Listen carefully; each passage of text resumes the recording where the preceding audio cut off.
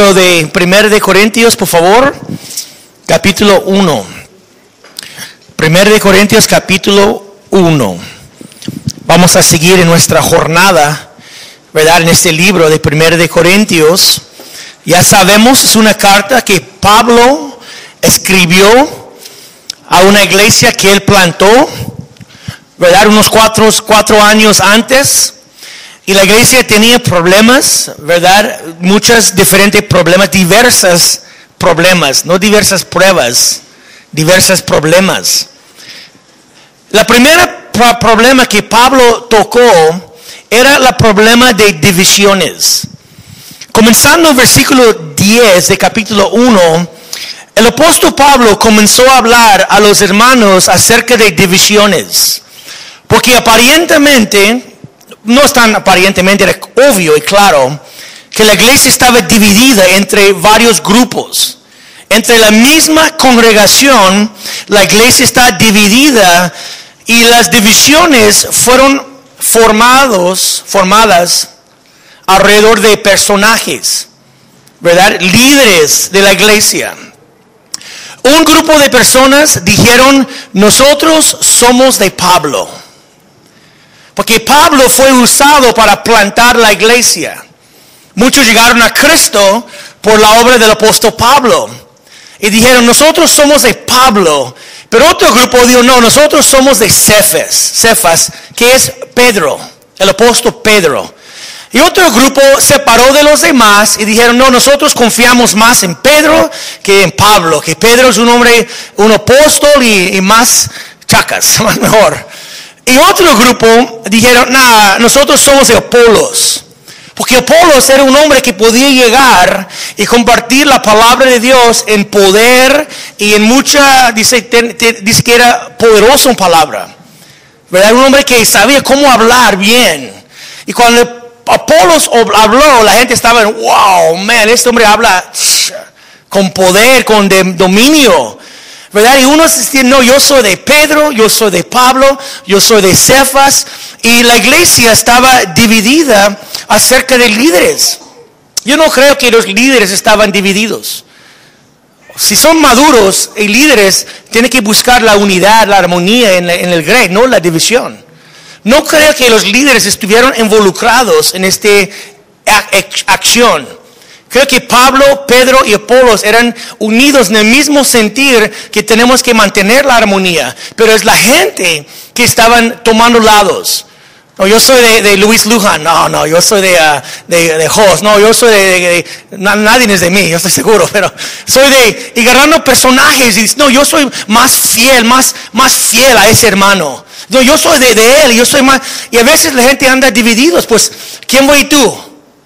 ¿Con quién vas a juntar tú? Pues yo quiero estar con todos. No, tiene que escoger. ¿Eres de Pablo, de Pedro o de Apolos? Yo quiero estar de todos. No, tiene que escoger su equipo. Es la regla aquí en esta iglesia. Y eso no agrada a Dios, por nada. Porque Dios no quiere la división. Dios aborrece la división. Dice, hay 6 cosas que Dios aborrece y la última es una abominación. Y es alguien que causa divisiones. Dios no quiere divisiones. Dios quiere que seamos unidos, ¿verdad? Pero esta iglesia estaba dividida entre varios grupos. Porque la iglesia no tenía amor y no tenía unidad y no tenía armonía. Era una iglesia dividida alrededor de ciertos personajes. ¿Verdad? Yo soy de él, no me gusta él. Y el problema es enorme porque la gente está enfocados en personajes y no en Cristo. No en Dios, no en lo que Dios quería hacer. Y por eso Pablo rogó a los hermanos a ser unidos. ¿Verdad? Porque la división es una señal de 2 cosas, la carnalidad y la inmadurez. Cuando hay divisiones somos carnales y inmaduros. Y eso vamos a ver en capítulo 3. Pero ahora, mira lo que dijo, la exhortación en versículo 10. Lo que dice ahí, 1:10. Os ruego pues, hermanos, por el nombre de su Señor Jesucristo, que habléis todos una misma cosa, y que no haya entre vosotros divisiones, sino que estéis perfectamente unidos en una misma mente y en un mismo parecer. Que eso Pablo está rogando a los hermanos. Te ruego, hermanos, en el nombre de Jesús, el nombre más sobre todos los nombres. Digo, te ruego en el nombre de Jesús que ustedes hablan la misma cosa. Que no haya divisiones entre vosotros. Que estés perfectamente unidos en una misma mente, en un mismo parecer. Pablo estaba rogando a los hermanos que te ruego en el nombre de Jesús que sean unidos. ¿Cuántos dicen amén? Okay, so tú y yo debemos de luchar y batallar para mantener la unidad entre nosotros. Que no hay ninguna división. Amén. Eso quiere decir que tenemos que amar, tenemos que aceptar uno al otro. No el pecado, pero somos diferentes. Pablo tenía su estilo, Apolos tenía su estilo, Cefas tenía su estilo, pero nosotros tenemos que amar y aceptar cada hermano como somos. Amén. No todos somos iguales, pero todos somos del Señor. Amén. Y tenemos que amar y buscar la unidad y la armonía entre nosotros, que no sea ninguna división. Ahora, ¿sabe cuál era un problema de ellos? Estuvieron enfocando en hombres cuando ellos debían de enfocar en el poder de Dios. Ellos debían de enfocar en el poder del Evangelio, no en personas. En esta sección que vamos a estudiar hoy, versículos 18 hasta 31, el apóstol Pablo va a decir a los hermanos en lo que debemos de enfocar como iglesia. ¿En qué debemos de enfocar? ¿En hombres? ¿O en la palabra de Dios? ¿En hombres o en el poder de Dios? Tenemos que enfocarnos en Dios y el poder de Dios y el evangelio de Dios y la palabra de Dios, no tanto en personajes o personas, ¿verdad? Y mira, comenzando en versículo 18, mira, 18, ¿qué dice ahí? Déjame leer, dice 18, porque la palabra de la cruz es locura a los que se pierden. Dice aquí a las personas que están perdidos, en otras palabras, está en rumbo al infierno, perdidos. La cruz de Calvario es una locura para ellos. La idea que Dios envió su Hijo para morir por los pecados del mundo es una locura. A los que están perdidos, si hablamos en cruz, donde Cristo murió, el Hijo de Dios por nosotros, para los que están perdidos, la cruz es una locura, totalmente. Pero dice así, mira, pero a los que se salvan, eso es a nosotros, ¿qué dice? Es poder de Dios. Vean, a los que están siendo salvos, la cruz es el poder de Dios para la salvación. Como dijo el apóstol Pablo, dijo así, porque no me avergüenzo del evangelio, porque es poder de Dios para salvación a todo aquel que cree. La cruz de Calvario tiene poder para salvar. Hay poder en la cruz de Calvario para salvar almas. Amén. Es la única manera de ser salvo. Tú y yo debemos de amar la cruz. Tú y yo debemos de abrazar la cruz. Porque es el lugar donde Dios compró su salvación. ¿Verdad? Y es una locura para los que están perdidos. Pero nosotros que somos salvos, la cruz es el poder de Dios. Amén. ¿Cuál es la única diferencia entre los perdidos y los salvos? Es la cruz de Calvario. Cuando Jesús fue crucificado, tenía un ladrón a un lado crucificado y otro ladrón a un lado crucificado. Y la única diferencia entre uno que fue al cielo, la única diferencia entre los dos era Jesús y la cruz de Calvario donde Él murió.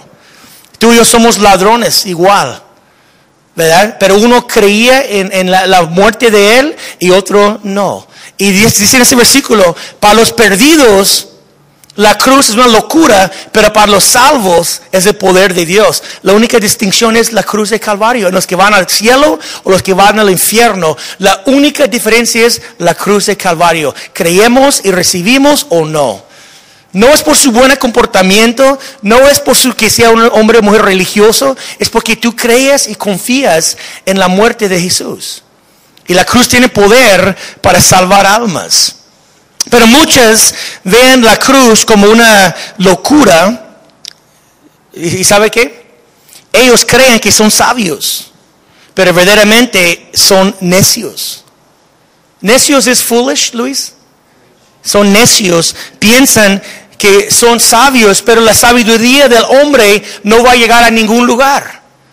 Hay una sabiduría del hombre que no es la sabiduría de Dios. El hombre tiene su propia sabiduría y esta sabiduría no va a llegar a ningún lugar, ningún grado acerca de su relación con Dios.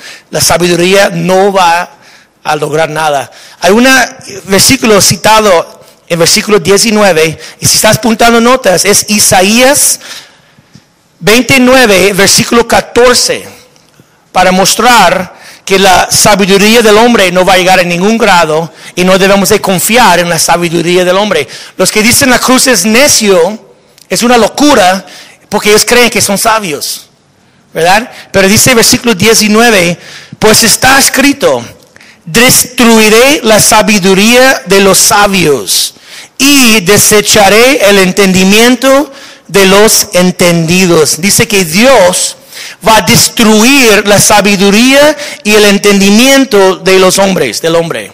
En otras palabras, Dios va a traer la sabiduría a los hombres a nada. Amén. Por eso las personas que confían en la sabiduría del hombre no va a llegar a ningún lugar con Dios. Ningún lugar. Dice la palabra, hay camino que al hombre le parece derecho, pero su fin es el camino de la muerte. En otras palabras, el hombre puede formar su propia filosofía. El hombre puede formar sus propias ideas. El hombre puede decir la cruz es una locura creyendo que son sabios, pero Dios va a desechar la sabiduría del hombre. No va a lograr ninguna cosa. Porque mira, ¿cómo puedes comparar la sabiduría del hombre con la sabiduría de Dios? ¿Puedes comparar? Por eso dice el versículo 20, ¿dónde está el sabio? ¿Quién es el sabio? Los griegos, ¿cómo se llama? Los filósofos griegos. ¿Qué? How do you say that? Greek philosophers. Los filósofos griegos, ¿dónde están los sabios? ¿Dónde está el escriba o los, how do you say, intellectual? Los intelectuales y los filósofos. ¿Dónde está? Dice, ¿dónde está el disputador de este siglo? Los griegos, los filósofos, amaban a discutir acerca de la sabiduría, ¿verdad? La filosofía, el amor de la sabiduría. Y dice, ¿dónde está el sabio? ¿Dónde está el escriba? ¿Dónde está el disputador de este siglo? Los que gustan a discutir de la sabiduría humana no llegan a ningún grado, nada más discusiones y más peleas entre ellos. Pero ¿sabe qué? Dice, ¿dónde están ellos? Traerlos delante de Dios y a ver a dónde va a llegar su sabiduría. Traer el sabio, traer el escriba, traer los disputadores delante de Dios y ver si la sabiduría de ellos puede comparar con la sabiduría de Dios. ¿Puede comparar? ¿Ustedes están conmigo o no? Dice, ¿dónde están ellos? Una cosa, Dios nunca habló con los filósofos o los sabios y Dios nunca pidió opiniones de ellos. Dios nunca citó a ellos en una junta para pedir sus opiniones de lo que Él va a hacer. En ninguna manera. Dice, ¿dónde están ellos? Dios va a desechar su sabiduría. Porque Dios hizo un plan para salvar al hombre y parece a los que están perdidos como una locura. Pero verdaderamente es hermoso lo que Dios hizo. Amén. Me siento solo. Es hermoso lo que Dios hizo. La manera que Dios escogió es hermoso. La cruz de Calvario. ¿Quién va a pensar que Dios va a salvar pecadores por la muerte de su Hijo sobre un cruz? La cruz parece como una debilidad. Parece como una falla que Dios falló. El Hijo de Dios fue colgado. ¡Qué error! A los judíos, ¡qué mala onda! A los griegos, los sabios, ¿El Hijo de Dios? En los griegos los dioses eran poderosos. ¿Cómo un Dios va a morir por la raza humana? Nuestra filosofía humana es que tenemos que alcanzar y agradar a los dioses con sacrificios. Pero este Dios entregó su Hijo por nosotros. ¡Qué locura! Pero para nosotros es el poder de Dios para la salvación. Dice aquí en el fin del versículo 20, ¿no ha enloquecido Dios la sabiduría del mundo? Dios no solamente rechaza la sabiduría del mundo, también Dios llama la sabiduría del hombre como una locura. No tiene ningún lugar, ningún aprovecho. Ahora, ¿estás conmigo? No estoy diciendo que no vas a un colegio, no estudies una carrera y no aprende cosas y tiene que aprender. Es otro tema. Es la filosofía humana, buscando la razón para vivir sin Dios, ¿verdad? Y dice así, mira, versículo 21. Dice, pues ya que en la sabiduría de Dios el mundo no conoció a Dios mediante la sabiduría. Dice que el hombre tratando a conocer a Dios por la sabiduría del hombre no podía conocerlo. ¿Estás conmigo? Si Dios no vino para dar una revelación a la raza humana acerca de Él, el mundo jamás podía conocerlo en su propia sabiduría. Los griegos tenían muchos dioses. ¿Dónde formaron los griegos sus dioses? ¿Dónde agarraron? Los griegos tenían Zeus. Zeus era el padre de los dioses. Zeus era el mero, el que está encima de todos los dioses. Zeus tenía un hijo que se llama Apolos. Apolos era el dios del sol por los griegos. Apolos tenía una hermana, ¿cómo se llama? ¿Emela? No, gemela. Su nombre era Artemus. I don't know how to say it in English, in Spanish. Artemis. Que era una cazadora. La gemela de Zeus era una cazadora, se llama Artemus. Ándale. También Afrodite. Era la diosa del amor por los griegos. Y los romanos también. Y también tenía Mercury, era el que llevó mensajes. Y los griegos, por toda su sabiduría, todo su intelecto, formó dioses, Zeus, Apolo, su hermana, su Amela, el dios del sol, pero ¿quién dijo ellos estas cosas? Es la sabiduría del hombre que no llegó a ningún lugar para conocer a Dios. Y dice aquí, por eso dice 21, pues ya que en la sabiduría de Dios el mundo no conoció a Dios mediante la sabiduría, ¿verdad? Dice, agradó a Dios salvar a los creyentes por la locura de la predicación. ¿Estás conmigo? Dice que eso agradó a Dios. Dios estaba agradado, eso agradó a Dios, ¿a qué? A salvar pecadores por la predicación de la cruz. Eso agradó a Dios. ¿Quién puede discutir con Dios? ¿Dónde está el sabio? ¿Dónde está el escriba? ¿Dónde están los que disputan? Dice que eso agradó a Dios. Y Dios nunca pidió opiniones de la raza humana. No tiene ningún concilio. Dios escogió y eso agradó a Dios a salvar el hombre por la locura de ¿qué? De la predicación. ¿Cuántos están conmigo? La salvación está contenido en un mensaje, en palabras, frases, una letra, una palabra, una frase, un mensaje forma la salvación.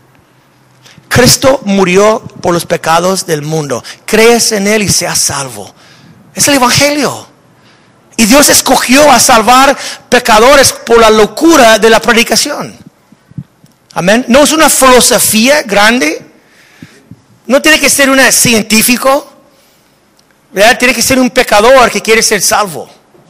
¿Verdad? Alguien que reconoce que yo soy mal, y Dios es santo y sagrado y yo quiero salvación. Pero eso agradó a Dios a salvar almas en esta manera. Dios escogió y tú y yo tenemos que seguir el rollo, ¿no? Lo que Dios escogió, seguimos. Amén. No puedo cambiar, ni añadir, ni quitar. Lo que Dios mandó, escrito está. ¿Verdad? Y por eso está diciendo, la sabiduría del hombre no logró nada. Dios va a desechar su sabiduría. Pero mira ese 22. Porque los judíos piden señales. Mira, los judíos querían señales. También ellos pidieron a Jesús, haz una señal. ¿Y sabe lo que dijo Jesús? Voy a leer, dijo Jesús, la generación mala y adúltera demanda señales, pero señal no le será dada, sino la señal del profeta Jonás. Jesús dijo, ¿quieres una señal? No voy a dar una perversa generación busca señales. Pero voy a dar una señal nada más, la señal de Jonás. Jonás fue 3 días y 3 noches y Jesús está diciendo que Él va a ir 3 días y 3 noches en el centro de la tierra y el tercer día va a resucitar. La resurrección, Jesús dijo, la única prueba que voy a dar a ustedes es la resurrección. Pero sabe que los judíos pidieron señales y Jesús hizo muchas señales, muchísimos milagros. ¿Verdad? Echaba fuera demonios, levantó a los muertos en frente de los judíos.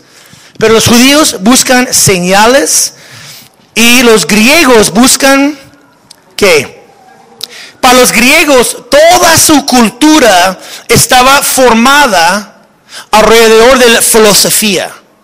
Los griegos tenían muchísimos filósofos. Y toda su cultura estaba atrás de la sabiduría, la busca de sabiduría. Filósofos, hombres sabios que eran griegos, y los griegos buscan sabiduría. Pero en toda su busca de sabiduría estuvieron necios. Porque nunca, la sabiduría del hombre nunca va a llevar a nadie a Dios. ¿Estás conmigo? ¿O estás dormido? Dime la neta. ¿Está dormido o está despierto? Para mí es interesante, no sé cómo ves tú, pero dice que es locura para ellos, ¿verdad? Los judíos buscan señales, los griegos sabiduría, pero nosotros, dijo Pablo, pero nosotros predicamos a Cristo como crucificado.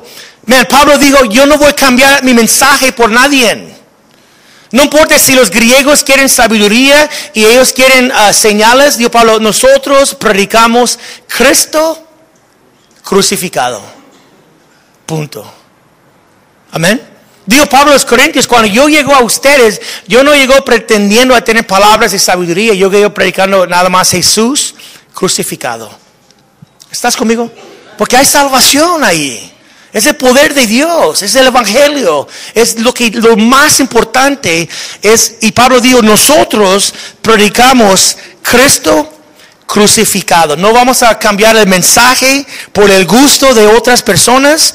Nosotros predicamos Cristo crucificado y salvación por medio de su muerte y su resurrección. Ahí es lo que predicamos, ¿verdad? Y dice aquí, por los judíos, ciertamente trompezan.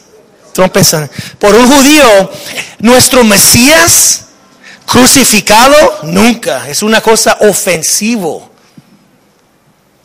Porque la crucifixión, nosotros hoy tenemos cruces y está curada, ¿no? Con su cruz y todo. Pero en aquellos días la cruz era otra onda. Era la manera más cruel para matar los prisioneros peores. Era una palabra que dice que no debe ni nombrarlo. Es como hablando de alguien que fue quemado en una silla eléctrica. Y juntamos para platicar. Qué curada, ¿no? La silla eléctrica donde fue quemado. Es una cosa como ofensivo. No debe ni hablar de eso. Dice la palabra, maldito el que está colgado en una madera.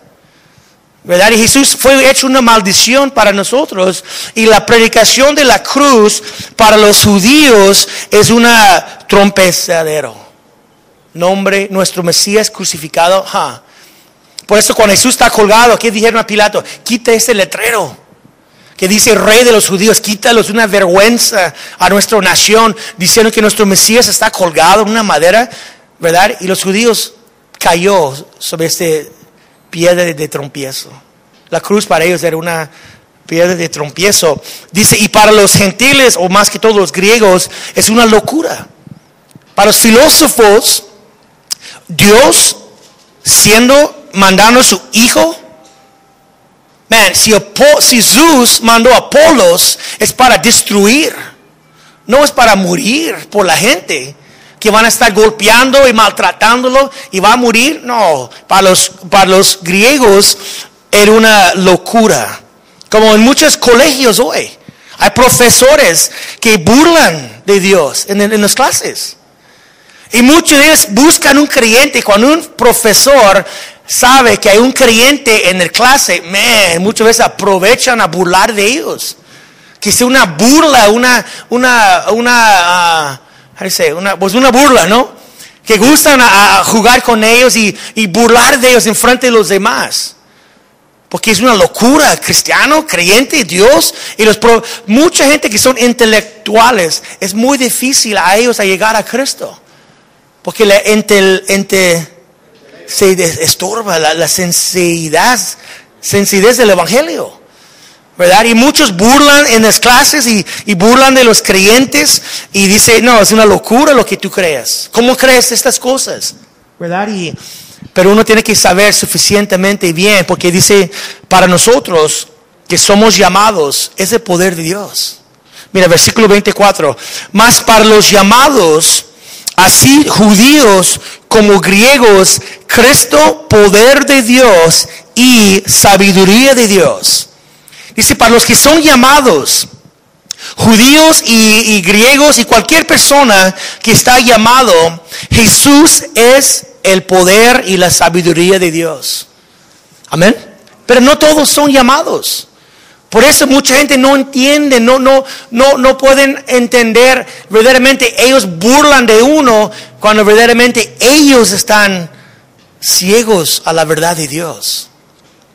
Piensan lo que son sabios y no saben que son necios. ¿Por qué? Porque no son llamados, no entienden, no pueden ver las cosas de Dios. Su mente está, ¿cómo se llama? ¿Cegada?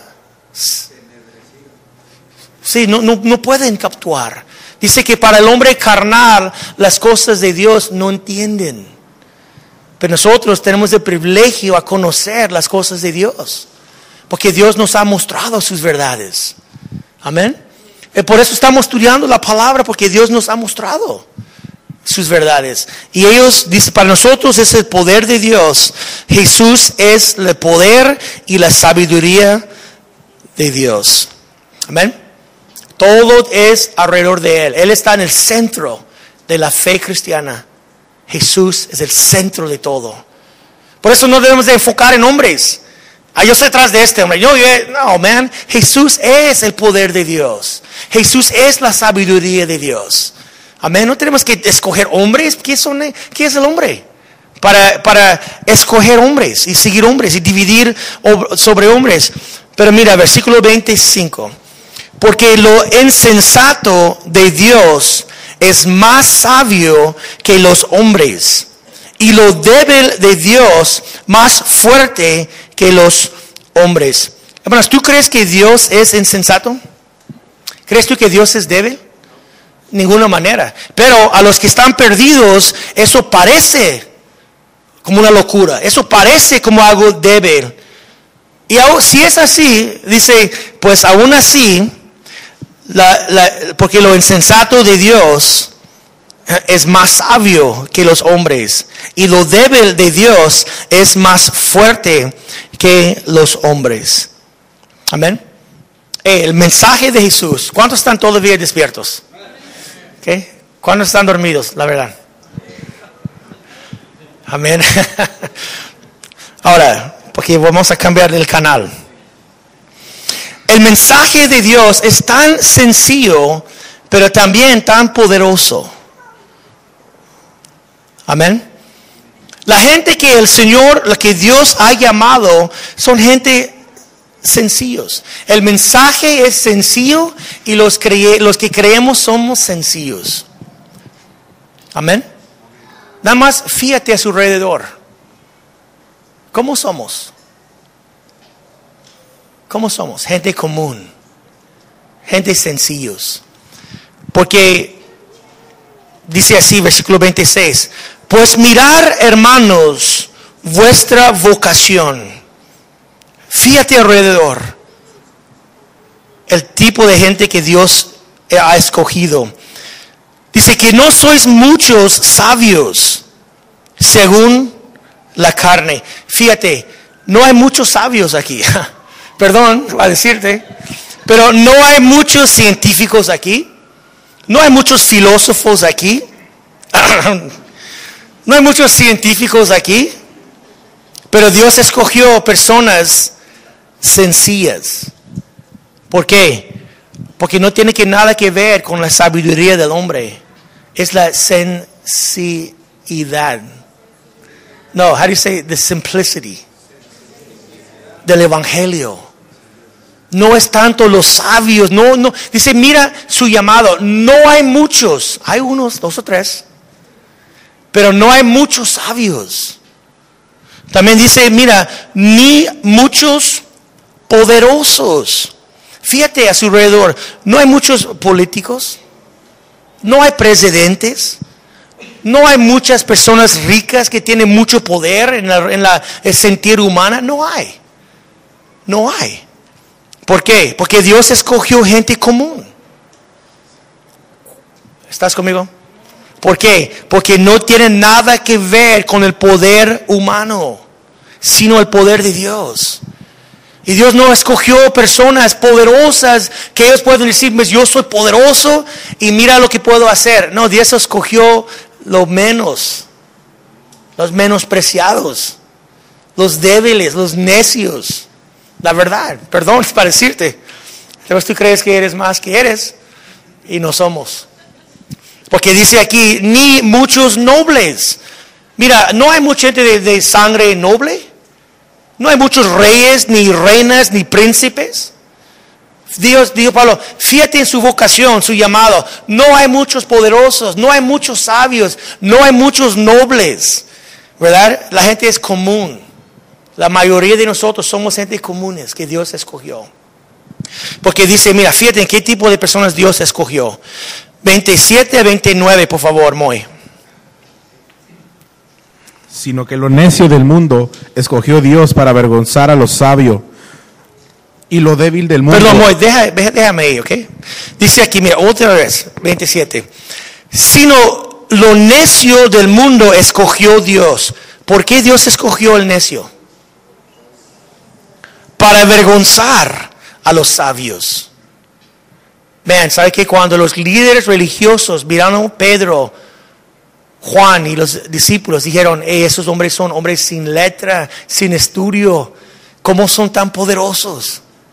Pero ellos notaban que estuvieron con Jesús. Pedro, el pescador, Juan, Santiago, los líderes religiosos, los sabios, no podían parar delante de ellos.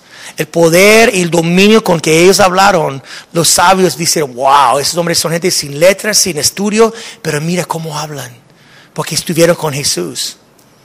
Amén. Y dice aquí que Dios y lo débil del mundo escogió Dios. ¿Por qué Dios escogió los débiles? ¿Por qué? Para avergonzar a los fuertes. ¿Sabe por qué Dios escogió los débiles y los necios? Para que el mundo puede trip out. How do you say trip out? Freak out. Para ver y decir, wow, ¿tú? No puedo creer. Para que el mundo pueda ver y decir, man, es increíble lo que Dios puede hacer. Amén.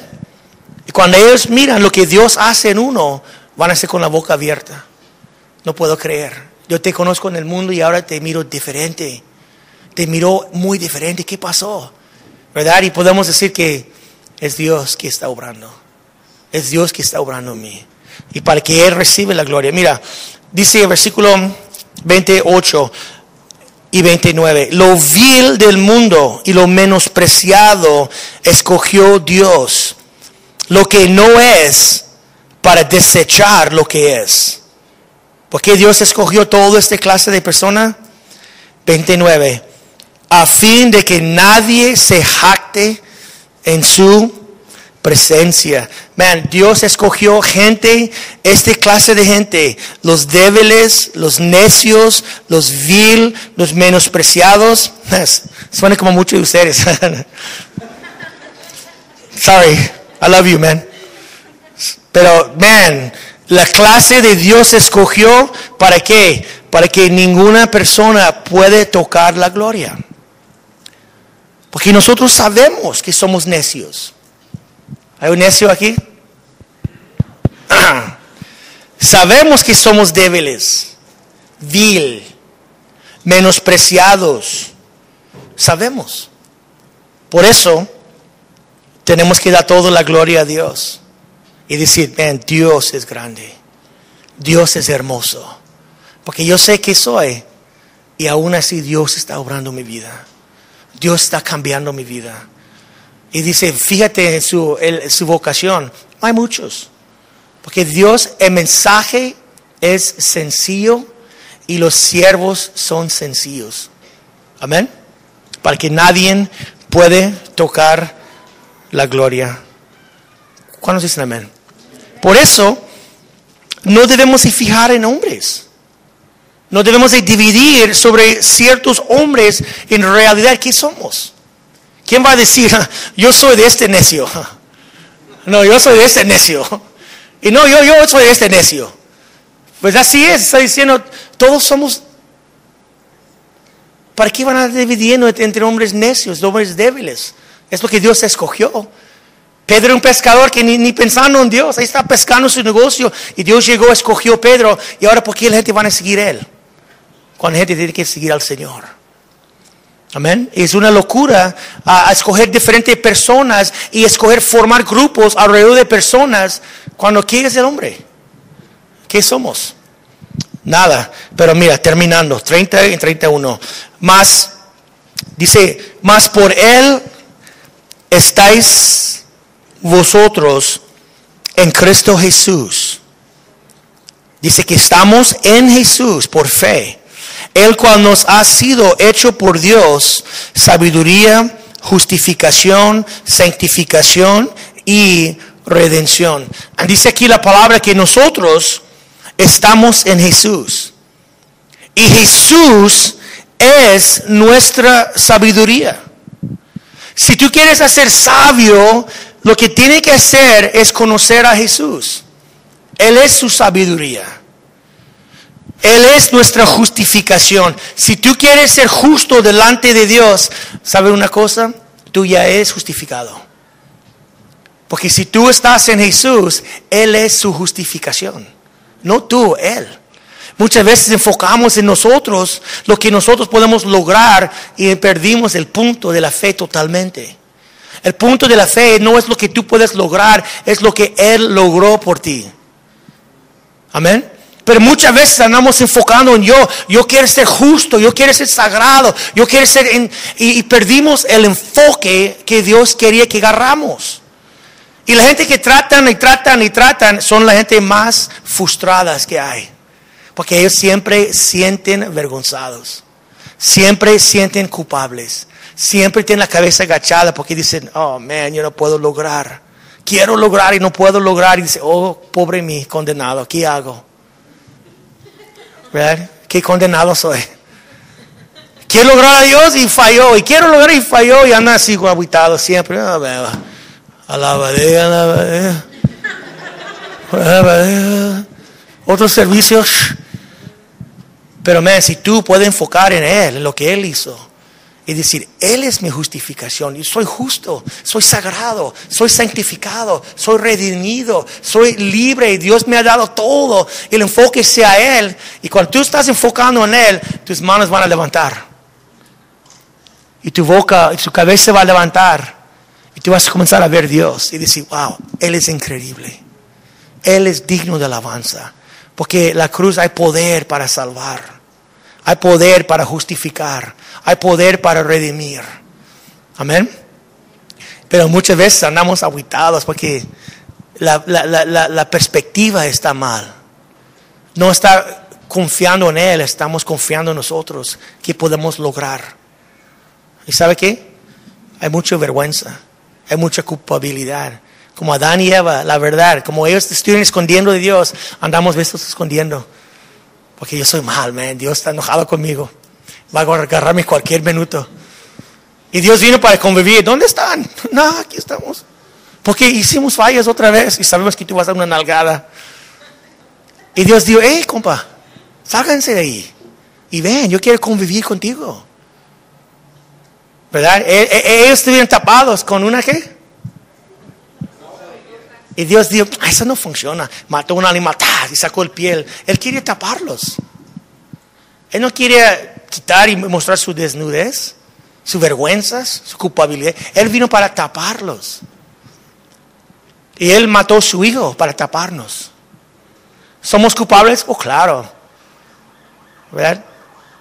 No estoy diciendo, oh, man, qué curado. Ahora podemos salir a pecar como queremos. Porque no es por mí, es por Él. Y ahora tengo una licencia a hacer lo que quiero.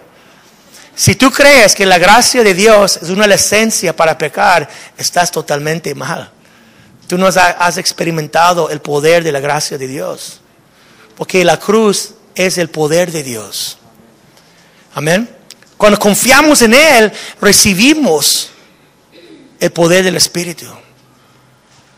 Hay algo que pasa en nosotros. Y decimos, man, qué curada. Ahora no estoy tratando tanto, estoy confiando más. Y Él está obrando más en mi vida. ¿Verdad? Porque su fe está depositada en Él. Y Él está depositando su Espíritu en ti. No porque tú puedes lograr. Así es la frustración cuando gente quiere hacer sagrados con tantas fuerzas humanas. ¿Y sabe cómo está Dios todo el tiempo? Así.